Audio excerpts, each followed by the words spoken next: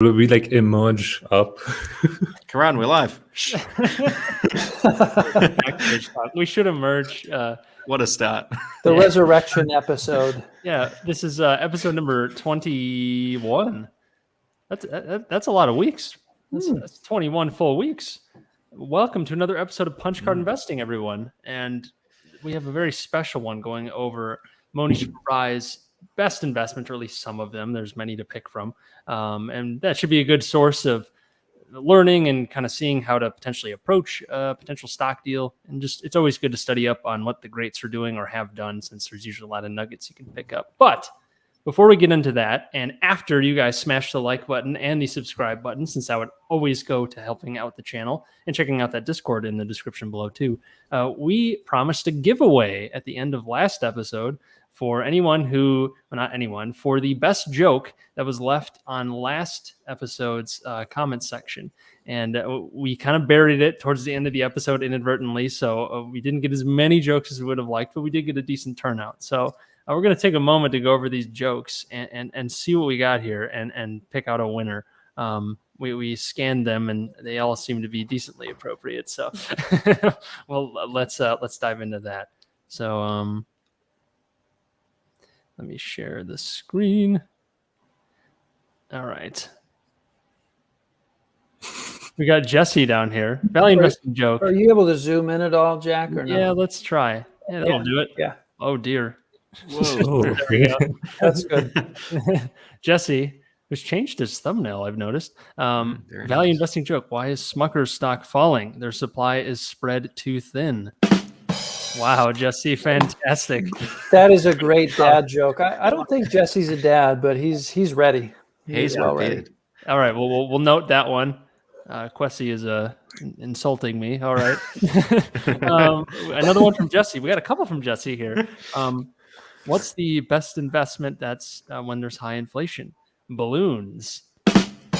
Jesus, Jesse, you're just going off today. Mm-hmm. One more love from these Jesse. sound effects. What makes airlines such a bad investment? They all come down eventually. My goodness gracious, you're just going off with these puns. This All is right, funny because it's true. it's also true. Just ask Warren Buffett this year in like 1 month. His 1 month trade on airlines, it was a disaster. That was last year already. Yeah, I guess that was a full year ago. Yeah, geez, time flies. Wait, hold on. Time flies. Sorry, I can't help myself. Do we have more than one sound effect, Jack? Or yeah, we do. Let's see. That's kind of the puns. That's the right? good one. That's Yeah, I don't want to hear the other ones. Let's see. Here we go. Why did the investor keep throwing all his money in the river? He wanted to see some cash flow before investing. That is beautiful. Brilliant. My goodness gracious. Another great one. You gotta love it. We got a lot of puns coming here. This is pretty good stuff. I think we got a few more. Oh, here we go. Joke. Who's hotter, the mistress or the wife? It doesn't matter. They're both wealth destruction. My goodness. That's savage. Well, it's no wonder we all have no female viewers. So. Yeah, I think we're like 99% male or something like that. Yeah, we gotta correct that demographic. A lot of room for growth. Yeah, we've only got half the population paying attention. This is a poor attitude right here. We got to lighten it up, guys. Come on. Anyways, another one from Jesse. He really wants this one, clearly. Value investing joke. Tesla's valuation. Got him! My Jesse. So savage. All right. We'll note that one too. I bite all the coins that I come across every day I get from my transactions, and now I have a lot of Bitcoins. Wow. Yeah, that one's kind of flat, gotta say. And I mean, this is I liked it. I a liked lot it. of puns, but it's an A for effort. Here's Quessy. I think you were insulting me earlier, but I'll give you the benefit of the doubt on your joke. Let's see here. Oh man, this Well, is this is awful. Oh, here we go. You still want to give him the benefit of the doubt?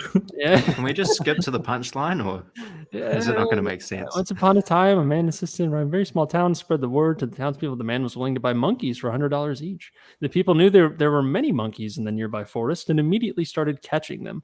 Thousands of monkeys were bought at a price of $100 and placed in a large cage. Unfortunately for the townspeople, the supply of monkeys quickly diminished to a point where it took many hours to catch even one. When the new man announced he would now buy monkeys at a price of $200 per monkey, the town's residents redoubled their efforts to catch monkeys. But after a few days, the monkeys were so hard to find that the townspeople stopped trying to catch any more. The man responded by announcing that he would buy monkeys at $500 after he returned with additional cash from a trip to the big city. While the man was gone, his assistant told the villagers one by one, "I will secretly sell you my boss's monkeys for $350, and when he returns from the city, you can sell them to him for $500 each." The villagers bought every single monkey, and they never saw the man or his assistant ever again. More of a cautionary tale. Yeah, it's more like wisdom. I think that was from one of the old Berkshire Hathaway letters, actually. Yeah, that's Is that like a chain letter scam? Is that what that is? yeah. I mean, it's not a joke, but I mean, yeah, good. That's a good little nugget of wisdom. I don't know what to give it, but I don't have a sound effect for wisdom, so nice job.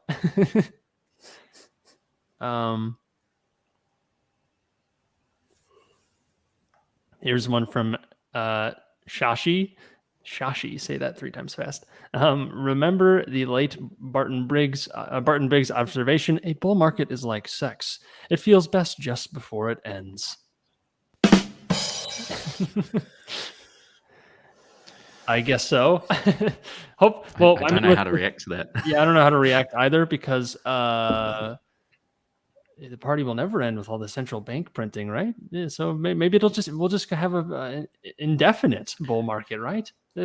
We've unlocked the code. Like, it's just going to keep getting better. Don't worry. An indefinite orgasmic experience is that what we're going for? Exactly. I think that's how Tom described your Q&A a couple days ago. That was a great Q&A. Right,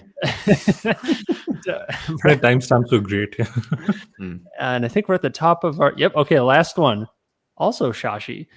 An old Wall Street joke gets close to our experience. Is this like the title? All right. Customer, thanks for putting me in XYZ stock at 5. I hear it's up to 18. Yes, and that's just the beginning. In fact, the company's doing so well now that it's an even better buy at 18 than it was when you made your purchase. Customer, damn. I knew I should have waited. I'll give it a duck. I like that. That's a pretty good one. I like that one. I mean, this one has the most. So do we have to pick a winner now? Yeah, we got to pick a winner. That one has the most likes, and I do like it. But I mean, we had a solid effort from Jesse down here with like 7 puns. What do we think, guys? Jesse was playing the odds, wasn't he? Yeah, he was. But I don't know if it paid off. It was like shareholder dilution. It made his jokes kind of. He had some good ones. Should we take jokes from the comments if someone has a joke here? Yeah, anyone in the chat, you have 30 seconds to one up any of those jokes. If you don't do it, I mean, I think we got to give it to Shashi, unless we have any objections. I'll go with that. I'm on board with that. All right, we have 25 seconds remaining to one up Shashi, because that was a good one for our winner. It's going to have to be an absolute zinger to one up that. And you don't have much time, guys. Yeah, you got about like 10 seconds left, and I'm seeing nothing in the comments, though. I know we do have a bit of a lag with the chat. Stocks never go down. Not bad. Ooh. Kathy wants Stacy. That's hot. We got a sound effect for that, Jack, or not? Yeah. To Clayton here. That's a good one, Clayton. But you know what? Shashi played by the rules, made the comment on the video. We'll give you a tip of the cap, Clayton. But Shashi, you are the winner. Congratulations. Let's give a round of applause for Shashi for that valiant effort. Great job, everyone, on all your jokes. And now that we're 10 minutes into the stream, let's get into Pabrai. But Shashi, be sure to reach out to one of us on Instagram and so we can get your address and we can send over some punch card merch for you, preferably to Karan because he actually runs the shop. Oh, So, we have Shashi in the And shop. Shashi's here. All right. there's Heyo. Shashi. So reach out to one of us, please, and we'll get you your gear. And thank you for participating and for supporting the channel. We always appreciate that. Okay, I'm done talking for a bit. Who wants to kick off with a good Pabrai investment, and we could talk about that? I'll volunteer if no one else wants to.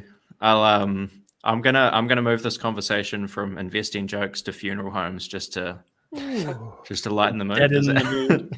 Got to be a sound Yeah. effect for that. Just to get everyone in the mood. Yeah. I need a soundboard. I'm using YouTube clips.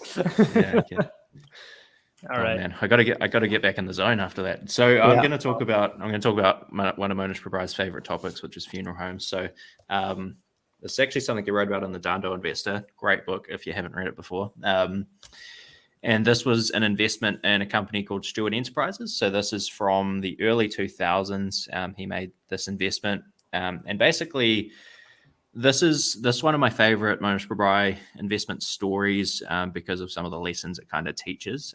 It's not his most spectacular return by any means. It wasn't a 10x or one of these like Indian 100 baggers he bought and had stock certificates in his drawer for so many years or whatever that story was. I think it was a double in a fairly short space of time, but I think there's some interesting lessons in there, particularly with the whole sort of like risk versus uncertainty not necessarily being the same thing that I quite enjoy. So the backstory with Stuart Enterprises is basically Mohnish Pabrai was flicking through Value Line, as he kind of liked to do at the time, to sort of screen for interesting stocks.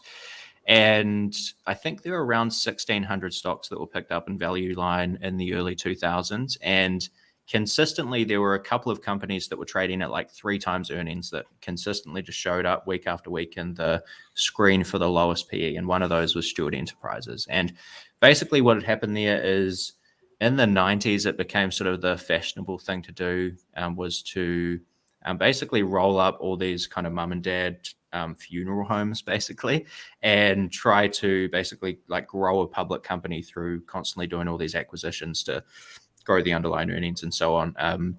You can probably imagine funeral services isn't a particularly fast growing industry, but it is a very stable one. I think if we had Frank on, he'd argue that his beloved KPG and accounting is a very stable business, but I think funeral services probably beats him out a little bit on that one. Death and taxes, baby. Exactly. There you go. So yeah, basically what happened is a lot of funeral companies had been doing this roll-up strategy and just constantly making acquisitions for a long period of time through the 90s. And a lot of it was done through debt. So not a lot of it was funded through a little bit of cash, but there wasn't a lot of stock issuance going on. It was mainly debt. It was mainly cash and debt. And there are a handful of companies that Pabrai actually mentions in this book. So there's not only Stuart Enterprises, there's a business called Lowen, there's also Service Corp and Carriage Services. I think Carriage Services is still a public company. And as Pabrai describes it, the music stopped when Lowen went bankrupt. So they had done the strategy so aggressively that they couldn't meet their debt obligations and they went bankrupt, and that kind of soured the whole sector really. All of these stocks basically tanked like in unison, and Stuart Enterprises specifically went from about $28 a share to $2 per share, so went down a massive amount very quickly. And that's when Pabrai got interested. And the reason that this is sort of a risk versus uncertainty being not necessarily the same thing in this particular business is quite interesting, because like I say, the underlying business is actually quite certain. Like, Pabrai often talks about you don't necessarily know who's going to die. You don't know who your customers are going to be in a funeral services business, but you can bet pretty safely that, statistically X number of people are probably going to die every year, and you're going to have some business from that. So Pabrai basically wanted to understand, how the debt played into this uncertainty and whether there was like a risk uncertainty mismatch, and he had the potential to make an investment. So this is some of the figures for Stuart Enterprises in 2000. So they had about $930 million in debt. and they had $500 million of debt coming due in 2002. So about 2 years to kind of meet those debt obligations. Mohnish Pabrai sort of figured out that they were probably likely to produce free cash flow of about $150 million between 2000 and 2002 when that debt payment was due.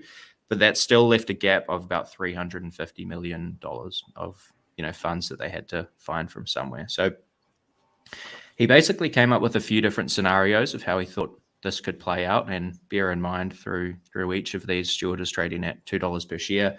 I should actually also say that the tangible book value of Stuart Enterprises was $4 a share at the time, and this was kind of hard assets. It's not like goodwill or anything in their book value. This is like real tangible book value, and it was on the books at cost. So, some of the cemeteries and funeral homes and so on that they had were potentially like undervalued even on the books for Stuart. So that was sitting at $4 a share per share in book value.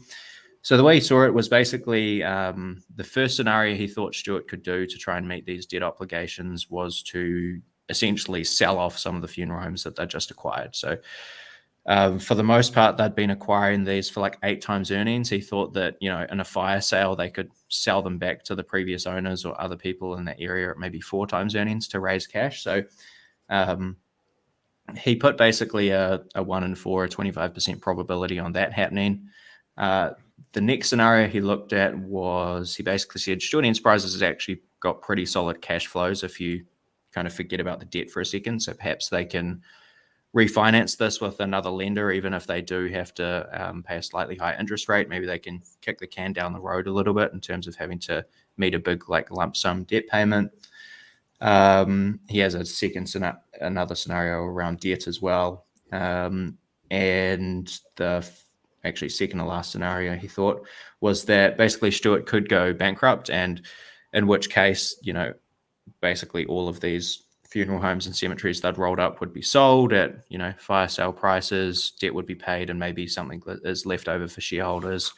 And then he also put a 1% probability on a meteor basically coming out of space and just destroying all the assets of Stuart Enterprises. So in that particular scenario, he thought that the equity would obviously be worth 0, but across all the other scenarios, he had anywhere from $2 to $4 a share, basically. So, yes, it's very uncertain what scenario is actually going to play out for Stuart Enterprises, but in all cases except a meteor hitting Earth, it's going to be more than the current share price of $2. So that's the way he was looking at the investment. The way it actually played out is Stuart Enterprises actually ended up selling some of their international businesses, and this is something that Pabrai hadn't even thought was a possibility, but they actually sold off a few of their international funeral homes that actually weren't producing any cash flow. So they met all their debt obligations without sacrificing any cash flow for the underlying business. The stock pretty quickly shot to $4. Pabrai sold out around $4, and then it hovered between kind of 6 and 8 for a few years after that. And if you look at a business like Carriage Services, which I believe ended up buying Stuart Enterprises, that is a business that trades at like 40 times earnings today. Thinking back to this business trading at 3 times earnings, it's kind of crazy to see that sort of multiple expansion. But yeah, I've been talking long enough. So that's my story for Mohnish Pabrai. That's one of my favorite investments from him. Awesome. Where did you find all that info about Stuart Enterprises and Pabrai's thesis on it? Confidential. That is all in the Dando Investor. Okay. I reread a chapter in bed this morning, having my morning coffee to prepare for this. So there you go. Good. Yeah. So Carriage Services at 40 times earnings, really? I'm surprised, like 40 times earnings for a funeral home. That's very surprising. Stable. Yeah, when I looked a couple of years ago, I'd be trading at like 20 times earnings. I mean, these are incredibly stable businesses, assuming that you don't have like all this crazy debt stuff like was happening in the 90s. So I can see people treating it maybe even a little bit like a bond style investment in that way, where it's like, maybe I'm not going to get a particularly high return, but it's super stable and I'm happy to kind of park money there. I don't exactly know why it's shot up to 40 times earnings. Maybe it's some sort of like COVID play. People are getting in on short term. I don't quite know, but Scotty, today. There's Kathy Wood in it. You never know. And the inflows, the funeral stocks are. Yeah. Yeah, it's interesting to look at a stock chart for it. It's up like 50% higher than the previous all-time high just recently. Yeah. Yeah, and that stock chart actually goes back to the 90s. So you can see this like plummet from the 90s into 2000 and then the recovery through to 2002 that Pabrai was kind of getting in on. Yeah. Cool. All right. Cool. Shall we move to another one? Let's do it. How about you, Karan? You ready to rock and roll? Yeah. Sure. You're very blurry, Karan. I have no idea why. I always have some technical difficulty, Right. So the investment that I want to talk about was Sunteck. And I've always kind of admired Pabrai's investment in real estate because when we look at Races, when we look at Seritage, when we look at even Sunteck, I think in all three cases, we're able to see that he's able to get into the company at a price where he has a margin of safety. And the business is kind of transforming in all three cases. And eventually the margin of safety is probably going to be in the quality of the business. So that's kind of one common theme that I just noticed between his real estate investments. Something about Sunteck, the background about Sunteck is that, so back in 2016, India was going through this new law called demonetization, where the largest two notes that the country had, which was a 500 rupee note and the 1,000 rupee note, were both considered as not as legal tender. And this is largely a cash-based economy, right? So if you take out the largest two notes, it's kind of like sucking the oxygen out of the room, for the entire economy. And the companies that were hit the hardest were the real estate companies. Because typically what happens in India is that whenever there's a real estate transaction, a portion of that transaction is done on paper, but maybe say half or like 40% of the total value is actually transferred in cash. And people tend to do that because of tax reasons in a way. And basically it's tax evasion. So it's called black money. And that was kind of what the government was trying to do to reduce the amount of black money and cash transactions in the economy. And almost, I think he mentioned that 90% of all real estate companies went out of business because of this new law that had come about. Sunteck was one of those companies that always did things by the book. And that's why rather than being hit by this law, they were beneficiaries of this new amendment. And Pabrai, what he did was he bought as much as he could of the company. He bought 9.99%. From memory, I think 10% is a max, right? Are you guys familiar with it? Yeah, so he bought right around 9.99% of the company, and I think he still holds it. And his average buy price, I think I'll just share the graph here.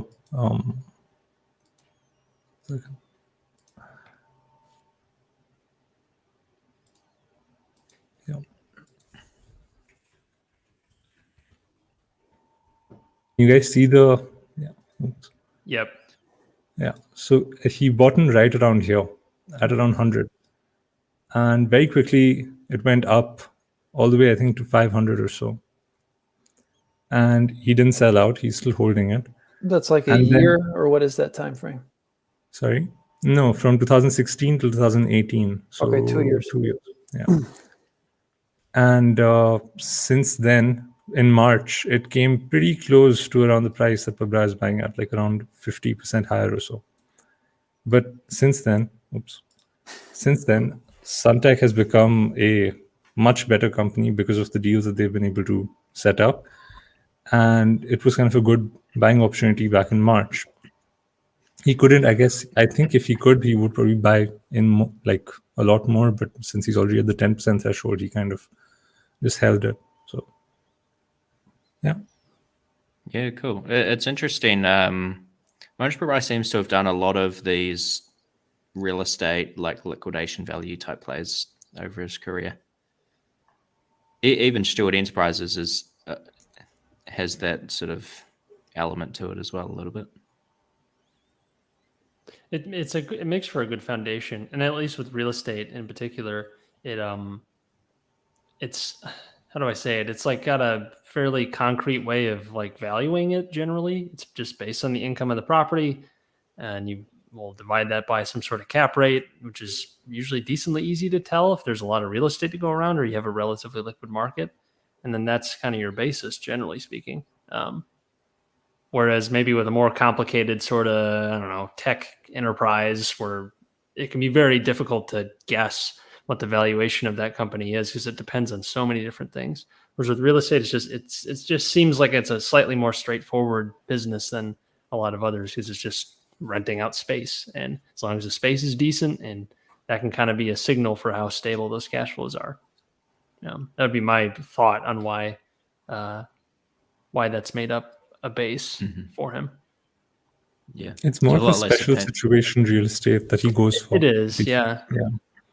But it revolves around that sort of idea. Like at some point, where the stability is probably going to come from. It's a little bit more predictable than like a tech company or something like that. In some cases, granted, like there's plenty of uncertainty with like a special situation that he might be dealing with because there's always a chance that things don't work. But I think it's a lot easier to picture the end result versus some other more like innovative type companies. Yeah, and it's much more obvious to see where the floor is, like worst case scenario. What's this thing worth? Yeah, I think so. Yeah, like if you had to liquidate tomorrow, like you could figure it out. And it's usually pretty easy to tell if it's totally insolvent. So whereas it can be difficult with a lot of other companies, I think. I'm speaking super generally. There's plenty of exceptions, but maybe that's why. I feel like also when he gets into any of these real estate companies, he gets in with a huge percentage of the company. So I think with Seritage, he owns somewhere around 12-11% of the total company. Races, again, 1/3 of the company. With Sunteck, 10% of the company. So it's literally like he becomes one of the partners. Yeah. And when he goes around talking about the company, it kind of is a bit of advertising, a little bit of promotion, and it does attract, other investors who are obviously following him, and those people get into the stock price goes up. Yeah, there's a bit of. Does he do any like more active type things, like when he takes a sizable position when he's allowed to? Does he take a more activist role, put himself on the board or anything like that? I don't think he's interested in that. It's not how he wants to spend his time. Yeah, I thought not, but I was wondering if there's any examples to the contrary. Because like Buffett's placed himself on the board before too, and I don't think that's really his style. But at least nowadays, maybe back in the day, many decades ago, might have been more that way. But I think he does I think he does have a bit of influence, although not obviously like directly, on the surface. I'm sure. But he definitely does talk to the CEO. Like with Sunteck, at least what I've seen is, so whenever they have these Dakshina Q&As and everything, for one of them, the CEO of Sunteck was there with him. So, it's like there's a lot of back and forth between them. Obviously, he's going to be introducing him to other people. And then, there's like connections formed. I think Edelweiss did something similar with like a joint, Q&A. Yeah. Even with Races, I think they're planning on listing in the US, right? Or they're in the OTC market or something. Yeah, I think they got shut down. Is it? Okay. Yeah. But maybe he's pushing had a bit of a push on that, like encouraging them to have another listing. I'm not aware of that, but it's possible. I wanted to mention, Tom, with yours, the funeral services business, obviously, it was actually a funeral services business. Pabrai also talks about like the funeral services business as a type of business that feed on, kind of dying companies feed on death. So, which Seritage is one of those companies as well. So there's multiple ways to look at the funeral services business. You guys, should I jump in? Do it, Brad. Go for it. Let's go for it. So when you guys said, all right, the topic is best investments from Pabrai, I immediately thought of his two 100 baggers. I mean, it was before the fund started. So it's, but I think it was 95, he started investing and he decided, all right, I'm going to basically buy 10 different stocks with $100,000 each. He had $1 million, I think, from maybe a partial sale of his business, Transtech. And so one of those bets was CMGI. So he put $100,000 into CMGI. And CMGI, I'm just going to read a quick little snippet about it. Now it's called Steel Connect, a company that provides supply chain management services to software companies. During the dot-com bubble, the company, which was then known as CMGI, had a market cap of $41 billion and owned the naming rights to the new home stadium of the New England Patriots. That was a nugget that I was completely unaware of. But I guess, Pabrai bought in 95. He was able to sell CMGI, I think he says, within 5% of the all-time high for that company. Part of the company had, it was like a startup incubator. And obviously in the dot-com bubble, in the dot-com boom, there was just so much value that was being placed on that aspect of the business. So, ever since then, Pabrai has had a taste of these 100 baggers, right? Another one was a company in India, Satyam Computers. And, with only $100,000, I mean, it took the fund from $1 million to 10 million, just that one bet. But he's thinking, if I can just find another 100 bagger where I can put a 50 million bet or a 70 million bet, right? The fund is somewhere around 700 million these days. So a 10% bet, would put the fund well into the billions of dollars of assets under management. So, did a little research on CMGI. It's really hard to really get a sense for what his investment thesis was for the company. I don't think he's talked much about it other than it was 100 bagger. But the stock chart is insane. It wasn't a 100 bagger for long. It looks like it might have done a reverse 100 bagger pretty quickly. I wonder if you can pull that up. I can. Yeah, have you got Jack it there, can Jack? pull it up. If I don't have it up right now, if you share your screen, I can put it up though. If you have it in front of you, any one of you. Yeah, I've got it. Hang on. Do it, Tom.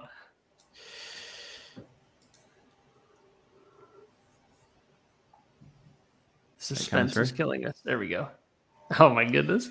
Look at that. Yeah, if he sold within 5% of the top, that's just luck, isn't it? But a lot of that. That's crazy. Reddit was formed in 1999, right? What's that? His fund was formed in 2000. Yeah. That's the right time to form it right after that happened.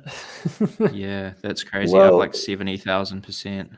Yeah, I mean, the beautiful thing, he talked about this recently. So he's tried to start this company called Digital Disruptors, and it was one of his biggest failures in terms of, businesses that he poured money into and didn't work out.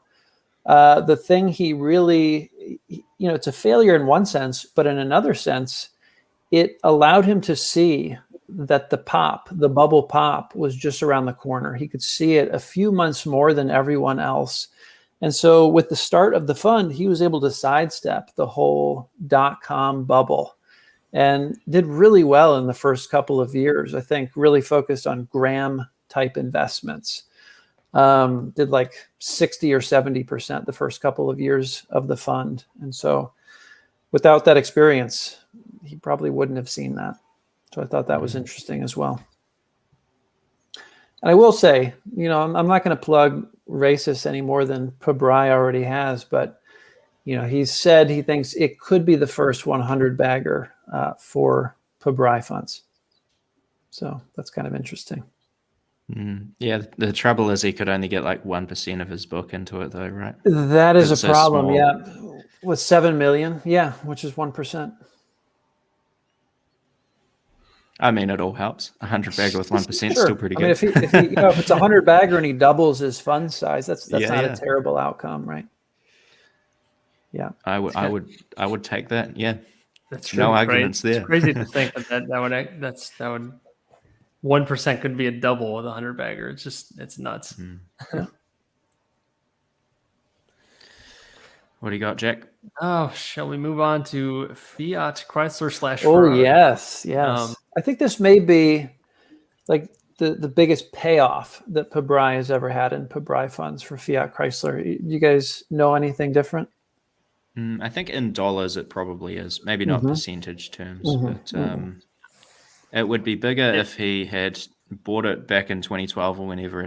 Well, Jack will tell us about it. I won't spoil it. No, yeah. He bought it back in 2012 around $6 a share. Now, Fiat had a number of subsidiaries, including Ferrari. And this, the general thesis that he was buying, it was one of his classic heads I win, tails I don't lose much sort of bets, and that the company was bringing in cash, but relative to its price, it was like at a ridiculously low price to earnings, to where just a couple of years later, after he opened his position up at like $6 a share, he was bringing in like a 50% dividend yield or something crazy like that. Just a few years later, so clearly, like the cash that the company was bringing in was way more compared to its price.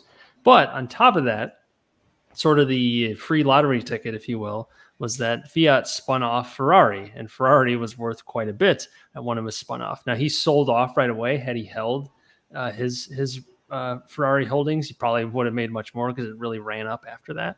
I forget the actual dollar amount of how much he made on this trade, but many times his money, to say the least, because it was like 7 or 8 times his money, something like that.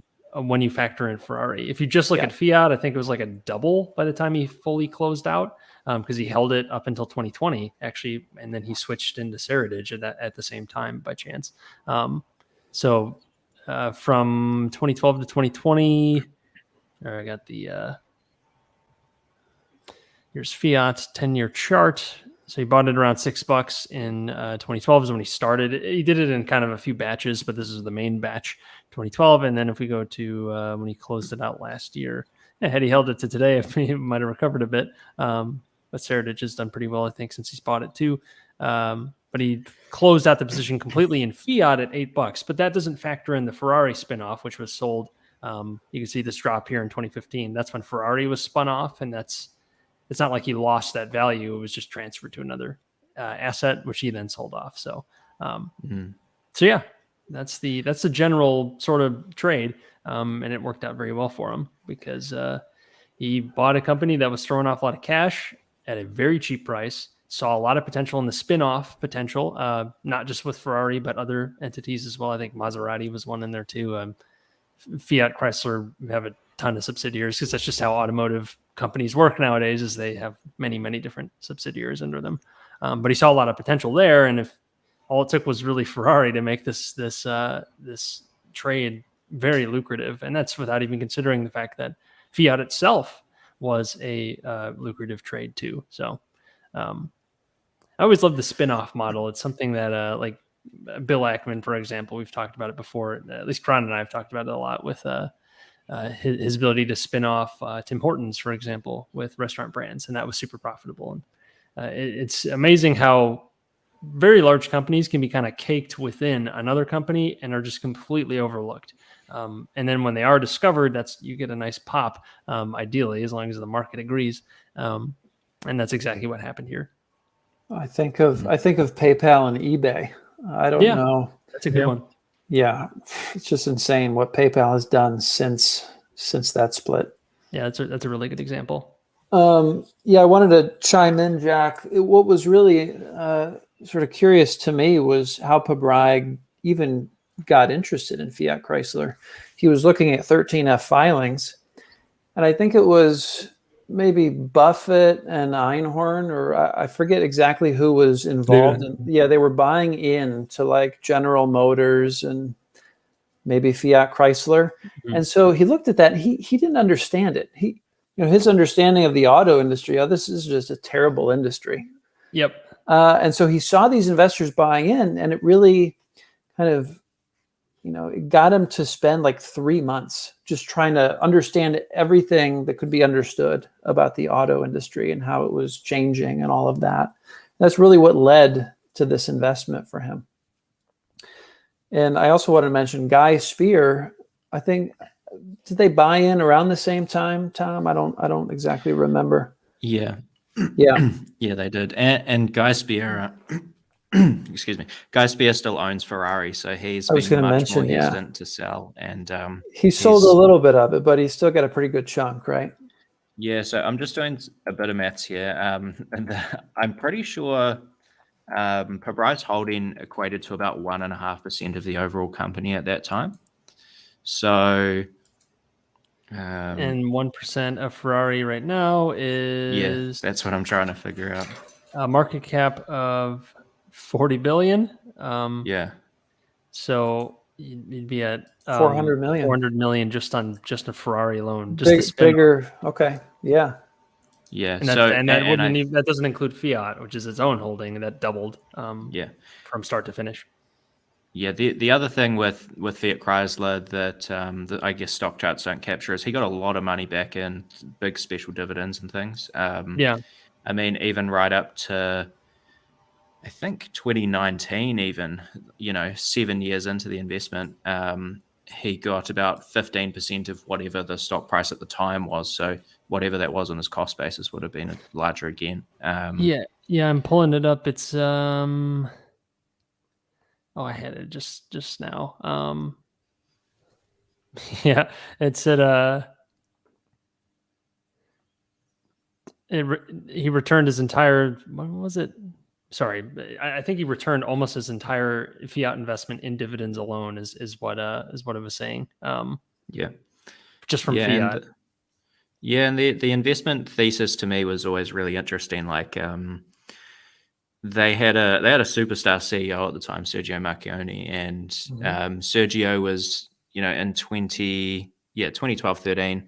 He was saying in 2018, because they launched this 5-year business plan, he said in 2018, we're going to earn, I forget the exact numbers, but $8 a share or something like that. And the stock's trading at 6 or 8. So, Pabrai's just sitting here saying, well, all the analysts are saying they're still only going to be earning like $1 or $2 a share. And Sergio's telling me they're going to earn 8. And I like Sergio and I trust Sergio. And if they can, if it works, then it's going to be a PE of 1 on, 5 years out earnings. And right. Growing, well-managed companies producing a lot of cash don't typically trade at 1 times earnings. So that was sort of a fairly simple investment thesis, but I really like that approach. Yeah, one thing I remember him saying, so he was trying to figure out, okay, what can I learn from, selling? At first, he said it was a mistake to not sell when Sergio kind of left the company. But then, after the rebound, after the pandemic, I think I heard him say, it was a mistake not to hold on. So, I'm thinking to myself, well, you can't have it both ways, Mohnish. Yeah, right. Yeah, I think the recovery was far quicker than he'd ever imagined. Yeah. There's a lot of an embarrassment of riches.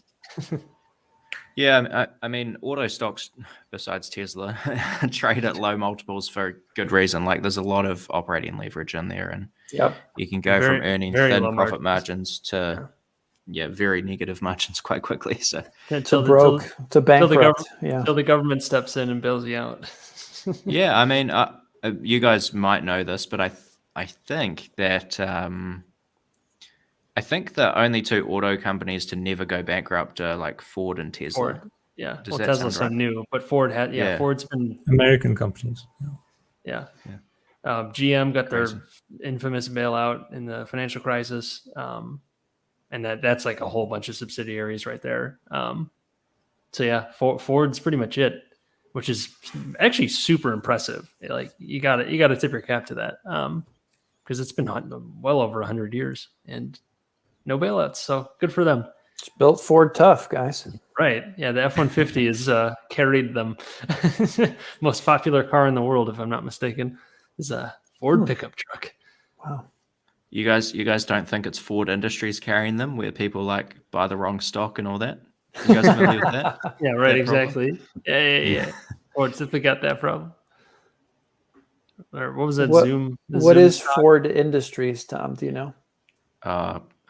Geez, you put me on the spot. I think they do I want to say they do like cell phone parts or something, cell phone Okay. components.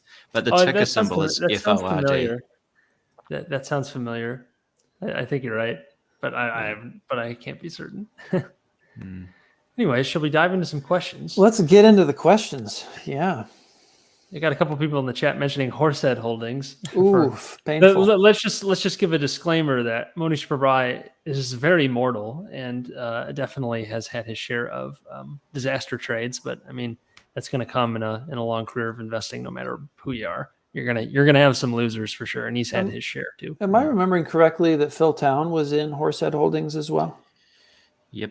He averaged down almost all the way to zero. He was fine. So there's actually he's actually been quite open about that. Like I found Phil Town doesn't talk about a lot of his stock holdings, but he did a full podcast episode breaking down what happened with Horsehead. So if anyone's interested in that, it's probably a couple of years old at this point, but it's very good to kind of explain the original investment thesis and then what ended up happening. I think they were optimistic right towards the end that the promoter would not liquidate the entire company, right? Is it?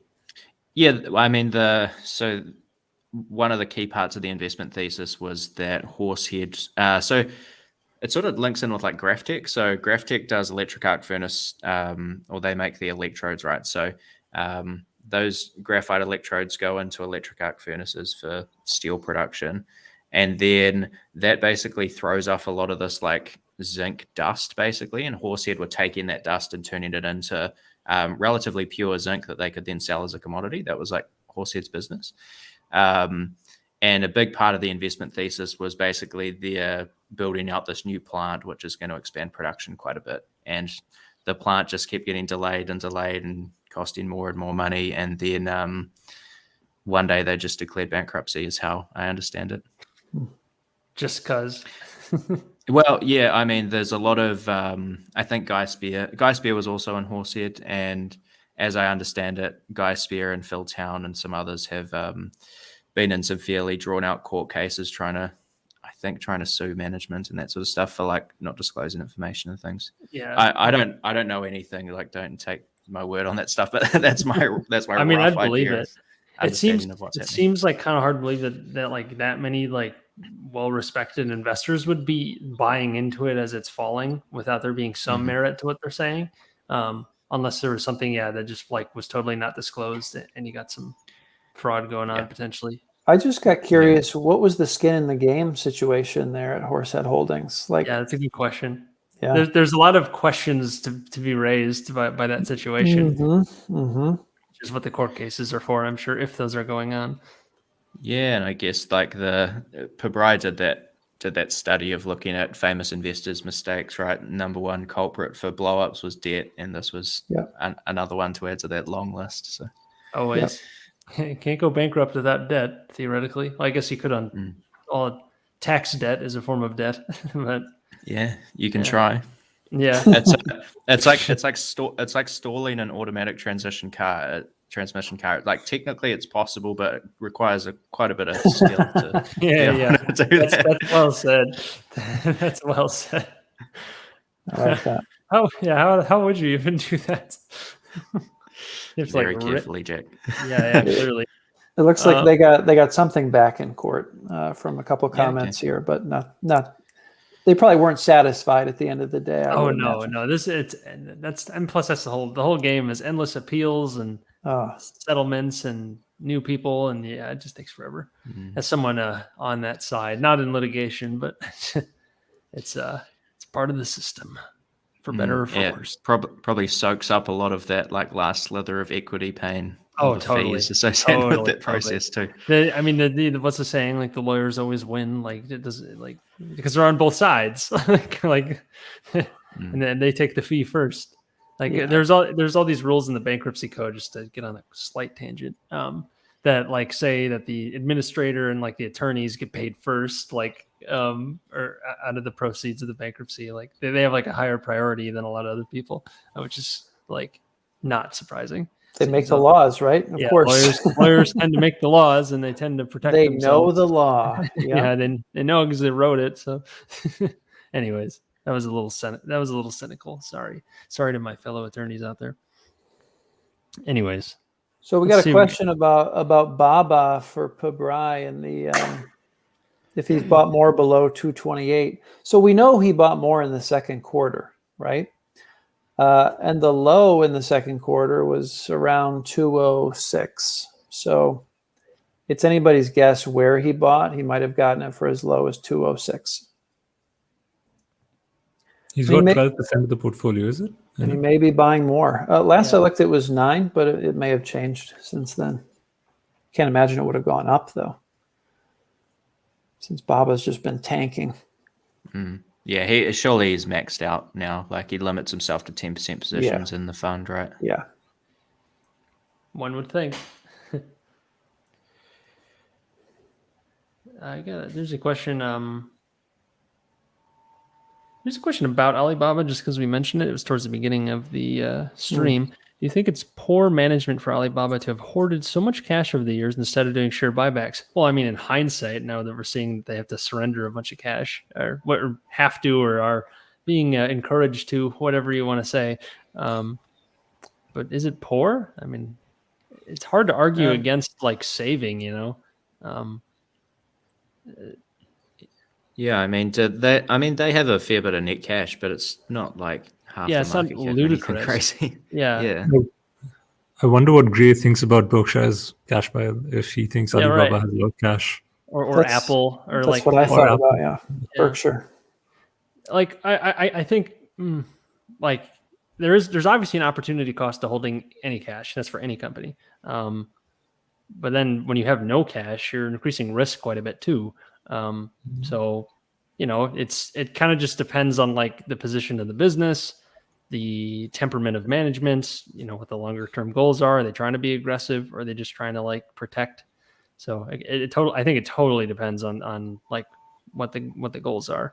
And it seemed like I don't know what an appropriate amount of cash was, but it didn't seem ludicrous by any means. Given their size. It's not. And they've also got so many subsidiaries. Like I'd have to understand more about how the accounting works, but I wonder if a lot of that cash sits around at different subsidiaries they've got also. That's what I would imagine. I don't think they've got just a pile of cash at headquarters that they've got nothing to do with. that they sit on like couches made of cash. Like, yeah. That's a good question though. I think it really raises the question of like opportunity cost. I think if they had like maybe like it's really a good question of like how much debt does the company have. The more debt, you'd probably want to have some more reserves to weather a storm. But at the same time, you could potentially pay down that debt too, depending on how much it is. So lots of good questions about like company cash. Yeah, I mean, if you go to Japan, there's some pretty crazy situations over there with hoarding cash. That's an entirely different story. But I don't think we're at Japan levels yet. Yeah, Frank's covered Nintendo quite a bit recently, and the same sort of deal. Have a ton of cash relative to their like balance sheet. Mm-hmm. What else we got here?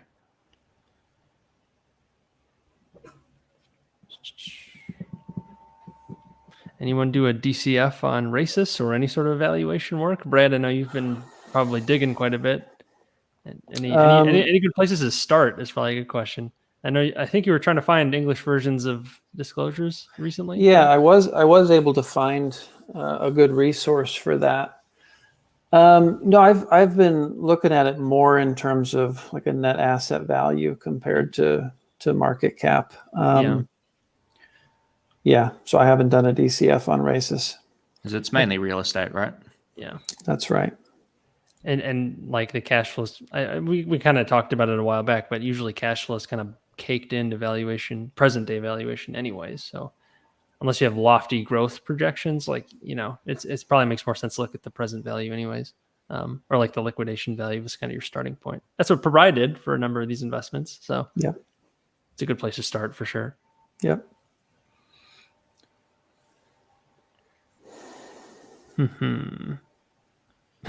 I'm seeing all these like comments on our joke session, like cringe. Yeah.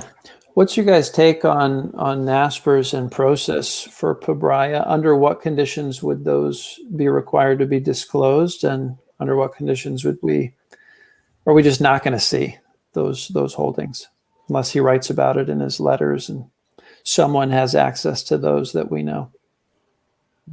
You'd have to look at the rules on the Johannesburg Stock Exchange, I guess, for NASPERS. And Amsterdam. I don't know what they are. Right. I don't either. And surely, even if Pabrai put his whole fund in NASPERS, he hasn't got the firepower to warrant buying a big percentage of the company. No. I wouldn't have thought. What's the market cap on NASPERS? It's pretty large, isn't it? Because it's like a third of the Johannesburg Stock Exchange or something crazy, right? It was around 23% of the total exchange, but it's a lot less now. Yeah, I know process is around 100 billion. 71 billion market cap for NASPERS. NASPERS. Like, yeah, he need to put everything in there to. But that still wouldn't. He'd have 1% if he put the whole fund in it. Yeah, which. Jack, where are you getting the 71 billion number from? Is it Google Finance or? Yeah. I think that number is wrong. Even for process, the number is wrong. I see 66 for NASPERS in ticker. Yeah, because they had the share swap, and because of that, right, a lot of the websites have not updated it. Yeah. So. Yeah, I guess it's big anyway. Yeah, in any event, it is big, but good catch though. Yeah. I didn't notice that. You're right. I think he's most likely going to buy into Tencent directly, kind of like what Damodaran has done, rather than go through NASPERS, or if he does buy into Tencent. I see SC358's given us some advice on how to stall an automatic car as well. All reliable. Happens. There you go. The torque converter fails. Well, how would you get it to fail? Like, yeah, that's what we need to know here. It's the how. Like, okay, we're a step closer now. Do we want to be a step closer? Yeah, do you bang it with something? Do you press the pedals in a particular order? There's only two of them in an automatic. Can you tell we're not mechanics? Yeah. Is it obvious? On an automatic, you gotta like trick the computer too. That's another way. Can you code it? Mess up the transmission computer or whatever the automatic's using? Jack, can you pull up this one from Manu? Where is it? Manu Sharma. It's very recent. You got to scroll down. Yep, there he is. All right. Why is diversification while being highly selective for value considered diversification? It should reduce volatility while converging on the average expected return. I think it's more of like a circle of competence, sort of like a simplified way to say, like, stick to your knowledge base. It's kind of, yeah, the way I'm reading highly selective for value here is that, maybe he's using some mechanical filters to try to figure out if a company is cheap, right? But sure, that's not necessarily a great way to go about it. Yeah, I'd have to check the research, but I think once you get north of like 10 stocks, you get something like 80% of the diversification benefits or something like that. I'm not sure if you guys have heard. 10 or 15. Yeah. Every study says something different, but yeah, it's like seems like kind of a consensus is like 15 to 20 is where you get most or the vast majority of what you get.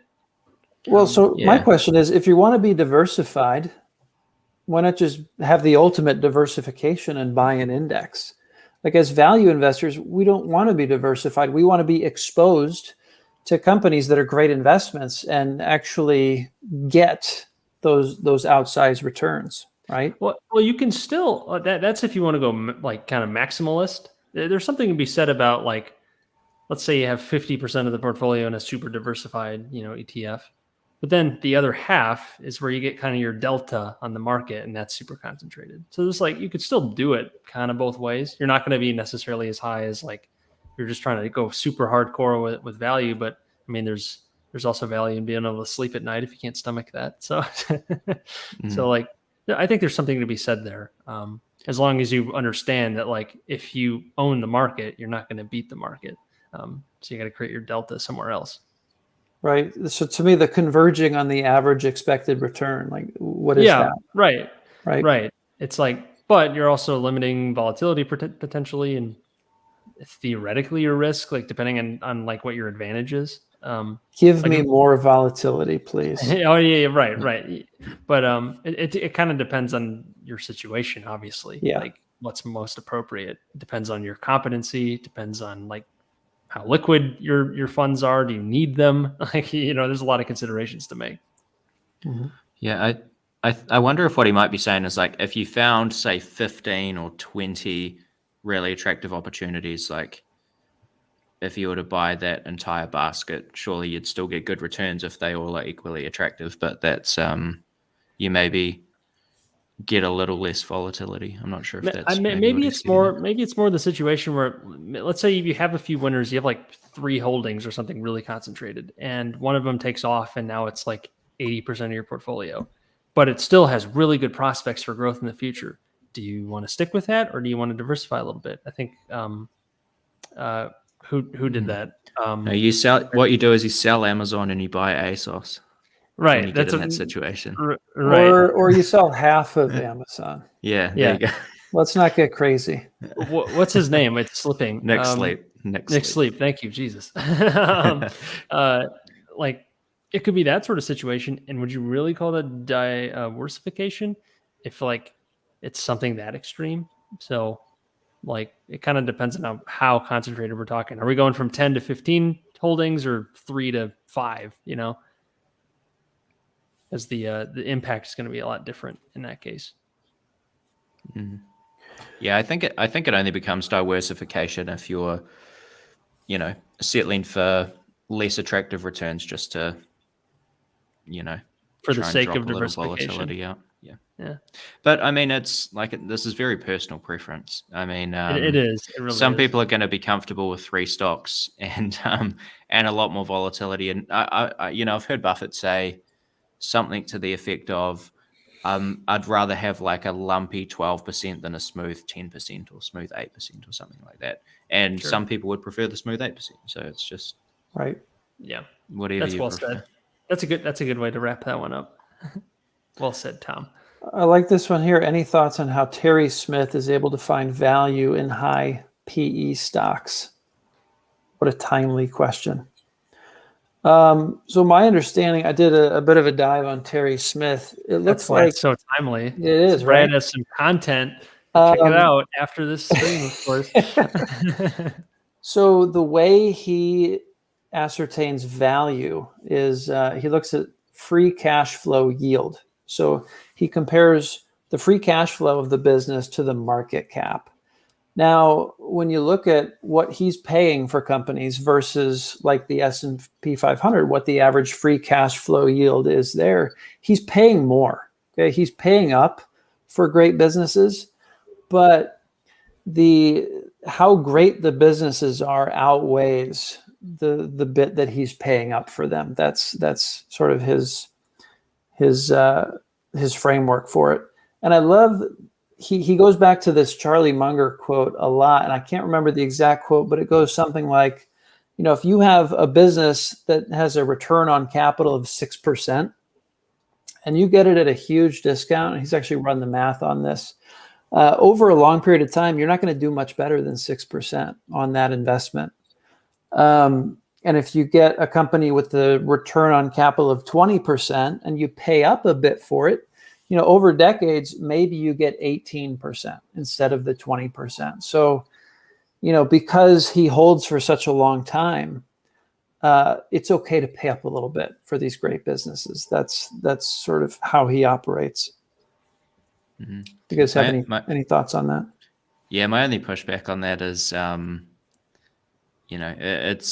it's easy in hindsight to identify great businesses. But You've got to be right. You've got to be right. You've got to be right for a long time. Yeah, it's not. Yeah. If you buy something at 3 times, if you buy Stuart Enterprises, right, you've got to be right for 2 years. You don't have to be right for 20 years, like you do if you buy Amazon or something. So. And fund size is very important too. Like the bigger the fund, your universe of opportunities that would actually move the needle. Obviously, we've talked about that before. That it decreases a lot. And typically, like what's left over is a bunch of giant companies. And if you're going to buy a giant company, like you probably want the best ones, because like at that point, it's kind of like a binary decision between good and bad giant companies, So, and I thought it was fascinating. The average company in his portfolio has been around for like 90 years. So he's really trying to find companies that can't be disrupted, right? And they've proven that. I mean, every company can be disrupted, but he's trying to minimize that possibility as much as possible. I like it. Yeah. Good deal. Let's get a couple more in. Got some good questions in here today, as we often do. Buttering up the audience. Good from Clayton, our man who almost swiped the joke competition at the beginning, almost, with his cheeky little comment about Kathy Wood. Do you all have a portion of your accounts in index funds? We're just talking about diversification, i.e. an insurance policy against being a terrible value investor. I mean, I'll start. I definitely do in my retirement accounts mainly. In the event that I suck at real estate investing, everything blows up, I suck at picking stocks, like I'll have something. And then in that case, my worst case scenario is, everyone else's normal scenario, right? Like that's my thinking. And even if that means my like maximum long-term returns won't be as high if I actually am a great investor, well, I mean, whatever. At that point, I'm a great investor, right? So I've already got a bunch of money, right? It's like, is it a heads I win, tails I don't lose much sort of deal? Maybe when you have kind of a backup portfolio like that, or I don't know if I'm thinking about that the right way. Anyways, what about you guys? Yeah, all of my so our retirement accounts in New Zealand are called KiwiSaver, which I contribute 3% of my salary to, and my employer matches that. So effectively 6% is kind of sunk into that, and that's just indexed. Yeah, I do not have anything in index funds, but I'm giving myself. Well, no, I'm not going to poo-poo index funds. I think they're smart. I'm giving myself an amount of time, like a chunk of time, to see, okay, can I do this? And once that clock hits midnight, if the numbers show that I can't do it, I am happy to just invest in index funds for the rest of my life, or the magic formula if that pans out, right? So, right. Do you have a good amount? I forget how much cash, like percentage-wise, you have laying around, because that could be kind of its own hedge too. If you have a significant amount there. Yeah, it really it probably varies. Changes a lot, but yeah, no, I don't really see that as sort of an index fund equivalent kind of thing. But no, but it just in like cash isn't unless we get hyperinflation, which however you want to weigh that. Cash don't isn't jinx us, Jack. Don't jinx us. Cash shouldn't like have a negative massive return. Right.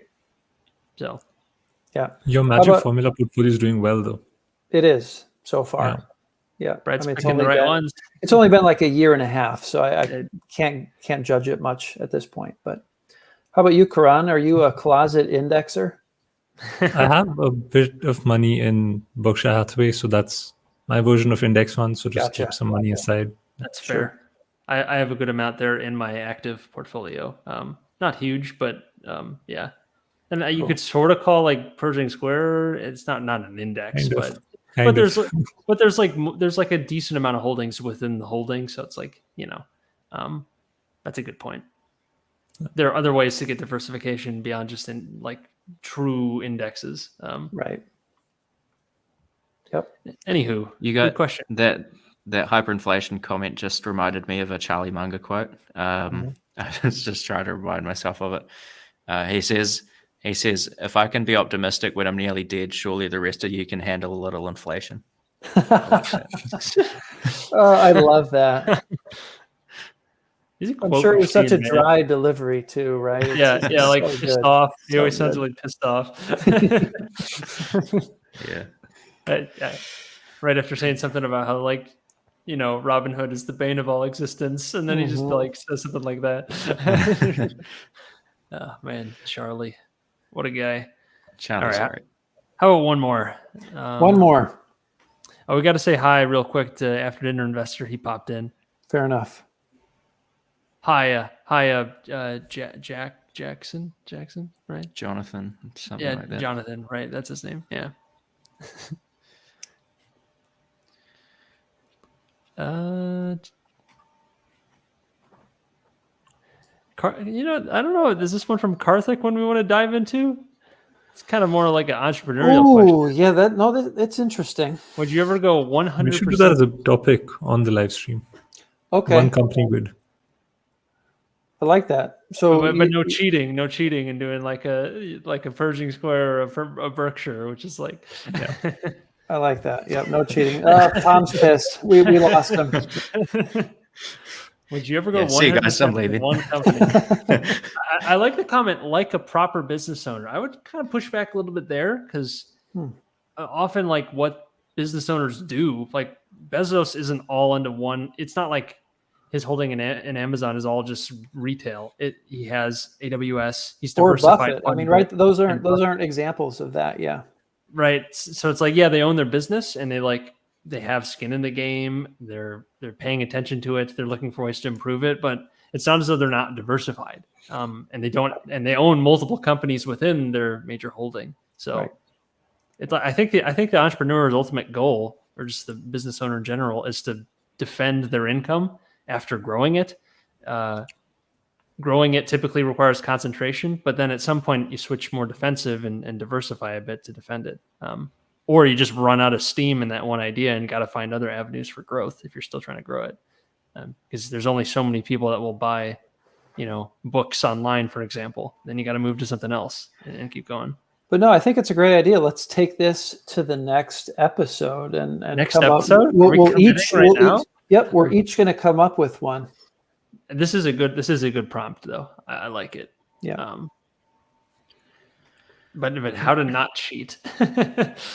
my knee-jerk reaction is like a market cap, you know, limit. Ooh. We can't have any company bigger than. Oh. How many billions? Or are we even going over $1 billion? Tom. 10 billion? Spicy. Below 10? 10? Okay. 10 is we'll figure out the details offline, but yeah, it's a good topic. I like, this is an interesting one. Kind of like what do you throw the house down on? That's not, an index fund in itself. That's a good one.